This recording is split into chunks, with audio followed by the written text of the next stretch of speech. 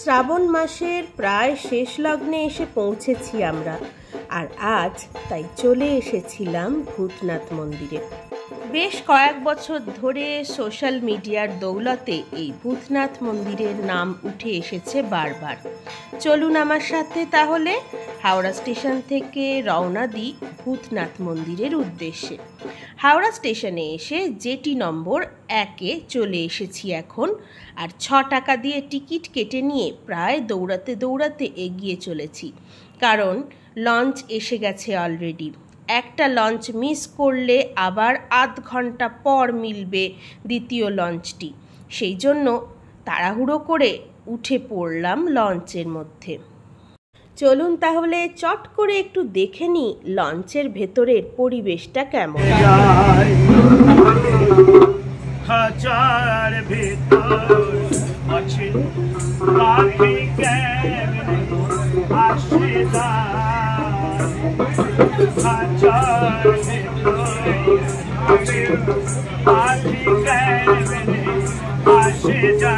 বর্ষাকাল হলেও আজ ছিল ভয়ঙ্কর গরম, তাই ঘামতে ঘামতে এগিয়ে চলেছি। বসার সিটও পাইনি। অনেক যাত্রীরাই কিন্তু লঞ্চে দাঁড়িয়ে যাত্রা করছে, কারণ এখন হলো শ্রাবণ মাস। আর এই ভূতনাথ মন্দির ইদানিংকালে সোশ্যাল মিডিয়ার জন্য প্রচুর চর্চিত একটি মন্দির হয়ে উঠেছে।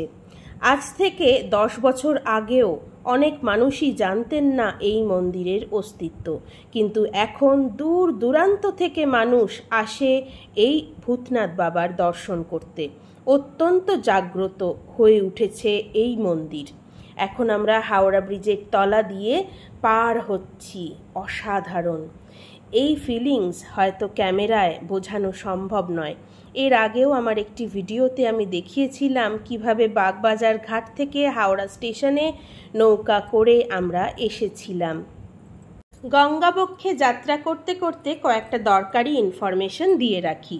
আমরা যে লঞ্চটাতে উঠেছি সেটা আহিরিটোলা ঘাট থেকে চলে যাবে শোভাবাজার ঘাট, আর তারপর চলে যাবে সুদূর বাগবাজার ঘাট, আর আবার একইভাবে ফিরে আসবে এই রুটেই।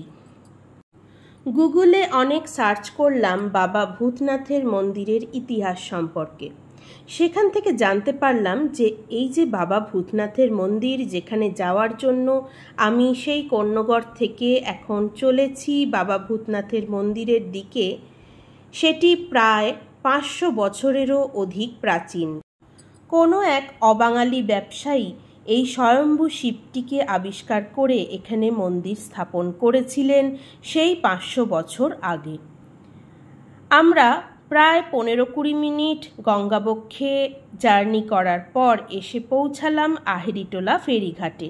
আর মানুষের ভিড়টা দেখুন, এরা কিন্তু সবাই যাচ্ছে বাবা ভূতনাথের মন্দিরে। কেউ কেউ অবশ্য যাচ্ছে শ্রাবণী মেলায়। এই শ্রাবণ মাসে শ্রাবণী মেলা বসে ভূতনাথ মন্দিরের আশেপাশের অঞ্চলে।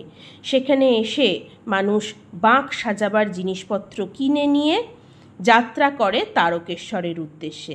তারাও কিন্তু এখান থেকেই লঞ্চ ধরে হাওড়া স্টেশন যায়, তারপর হাওড়া স্টেশন থেকে ট্রেন ধরে শেওড়াফুলি থেকে জল তুলে হাঁটা শুরু করে।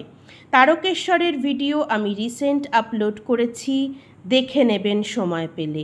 আর দেখুন এই ছোট ছোট বাঁদরছানাগুলোর কীর্তি, জলে ঝাঁপ দিচ্ছে লঞ্চের মাথা থেকে।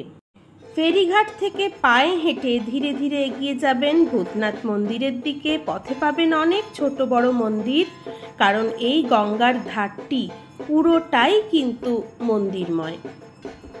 ফেরিঘাট থেকে আপনাকে এগিয়ে যেতে হবে নিমতলা শ্মশান ঘাটের দিকে, আর সেই নিমতলা ঘাটেরই অদূরেই অবস্থিত ভূতনাথ বাবার মন্দির। এখন দেখতে পাচ্ছি শ্রাবণী মেলার কিছু ঝলক। যদিও এখন শ্রাবণ মাসের শেষ সপ্তাহ, তাই মেলার বহু দোকানই কিন্তু উঠে গেছে, তবে রয়ে গেছে বেশ কিছু বড় বড় দোকান, কারণ আগামীকাল সোমবার, আর সেই সোমবার তারকেশ্বরে বাবা তারকনাথের মাথায় জল ঢালতে যাবেন প্রচুর ভক্তের দল। তারা এখনও আসছে এই সমস্ত দোকানে এবং বাঁক সাজাবার পসরা কিনে নিয়ে যাচ্ছে।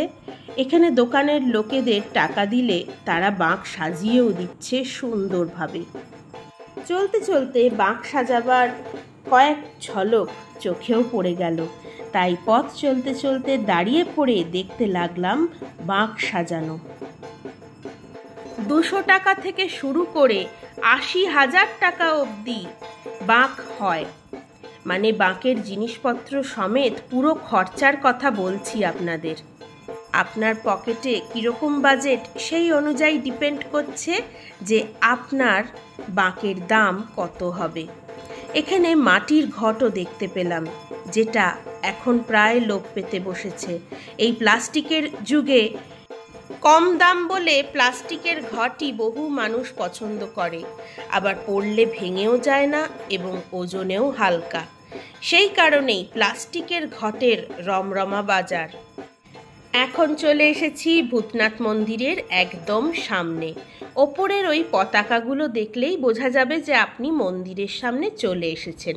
আর এই যে বাঁ হাতের সারি সারি দোকানগুলো, এগুলো সবই পুজোর সামগ্রী বিক্রি হচ্ছে। 20 টাকা থেকে শুরু করে 2000 টাকা অবধি পুজোর সামগ্রী আপনি এখানে পেয়ে যাবেন। প্রচুর ভ্যারাইটি রয়েছে। আর আপনি যদি ঠাকুরের আরতি করতে চান তাহলে এদের কাছ থেকেই কর্পূর এবং কর্পূরদানি ভাড়া পাওয়া যায়। সেটি ব্যবহার করে আপনি বাবা ভূতনাথের আরতি করতে পারেন মন্দিরের বাইরে থেকে, কারণ ভেতরে মোমবাতি, প্রদীপ, ধূপকাঠি ইত্যাদি জ্বালানো কঠোরভাবে নিষিদ্ধ। এখন আমরা লাইন করে এগিয়ে যাচ্ছি মন্দিরের গর্ভগৃহের দিকে। আমি কিন্তু এই প্রথমবার আসছি বাবা ভূতনাথের মন্দিরে, যদিও গত 2 বছর ধরে আসার ইচ্ছা ছিল এই মন্দিরে, কিন্তু আসতে পারিনি বিভিন্ন কারণে। আজ শ্রাবণ মাসের শেষ সপ্তাহে এসে পৌঁছেছি বাবা ভূতনাথের দরবারে। খবরের চ্যানেলে একের পর এক বিষণ্ণ খবর শুনে মনে খুবই বেদনা ছিল এবং সেই ভারাক্রান্ত মন নিয়েই আজকে শান্ত হওয়ার জন্য চলে এসেছি বাবা ভূতনাথের দরবারে। আসুন আমার সাথে আপনারাও কয়েক ঝলক দেখে নিন। গর্ভগৃহে আমি বড় ক্যামেরা বার করতে পারিনি, সেই জন্য মোবাইল দিয়ে কিছু শর্ট ভিডিও তুলেছিলাম, আর সেগুলো আমি শর্ট শেলফে আপলোড অলরেডি করেছি। তাই যারা জ্যোতির্লিঙ্গের দর্শন করতে চান তাদেরকে কিন্তু ওই শর্ট ভিডিওই দেখতে হবে। বাবা ভূতনাথের মন্দির ছেড়ে এখন আমি বাইরে বেরিয়ে এসেছি। উল্টো দিকে বৈষ্ণমাতার মন্দির এখন বন্ধ ছিল, তাই এখন এগিয়ে চলেছি বাবা দুর্গেশ্বর মহাদেব বা মোটা মহাদেবের মন্দিরের দিকে। যারাই ভূতনাথ বাবার মন্দিরে আসেন তারা এই আরেকটি প্রাচীন মন্দির মোটা মহাদেবের মন্দিরে অবশ্যই যান, এবং সেখানে যাওয়ার রাস্তাটাও কিন্তু খুবই সহজ।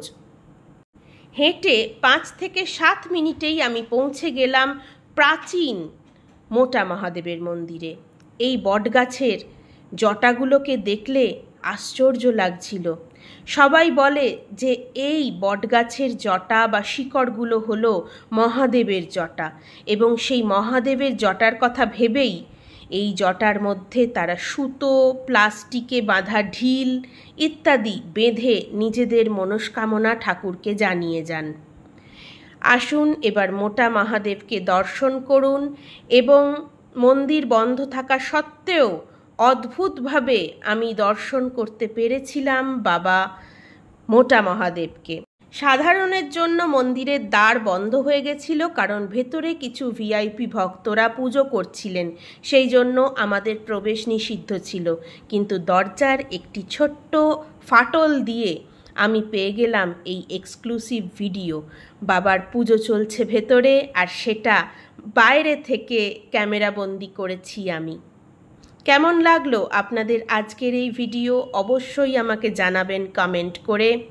এখন আমরা দাঁড়িয়ে আছি প্রাচীন বাবা দুর্গেশ্বর মহাদেব তথা মোটা মহাদেবের মন্দিরে, যেটি বাবা ভূতনাথের মন্দির থেকে অদূরেই অবস্থিত।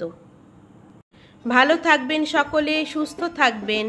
কাল শ্রাবণ মাসের শেষ সোমবার, আর ভিড় উপচে পড়বে বলেই বিশ্বাস এখানকার লোকেদের। সেই জন্য সোমবারের ভরসা না করে আজ রবিবারই আমি চলে এসেছিলাম, কারণ অত ভিড়ের মধ্যে কিন্তু ভালোভাবে দর্শনও করা যায় না, ভালো করে ছবিও তোলা যায় না। সেই কারণেই আমার আজকে আসা এখানে। দেখতে থাকুন ট্রাভেল থেরাপি বাই সুদীপ্তা। ভালো থাকবেন সকলে, সুস্থ থাকবেন। আবার দেখা হবে নতুন ভিডিওতে।